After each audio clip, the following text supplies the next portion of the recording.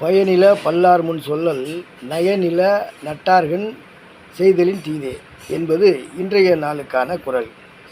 இதனுடைய விளக்கம் என்னவென்றால், ஒருவன் பல பேர் முன்னிலையில் பயனில்லாத சொற்களை கூறுவது என்பது நண்பர்களுக்குள்ளே ஒரு அறம் இருக்கும் அல்லவா, அதை தாண்டி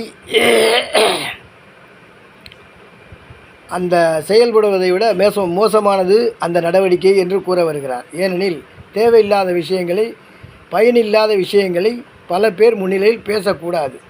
எனவேதான் அது நட்புக்கு தீமை செய்வதை காட்டிலும் கொடியது என்று கூற வருகிறார் வள்ளுவர்.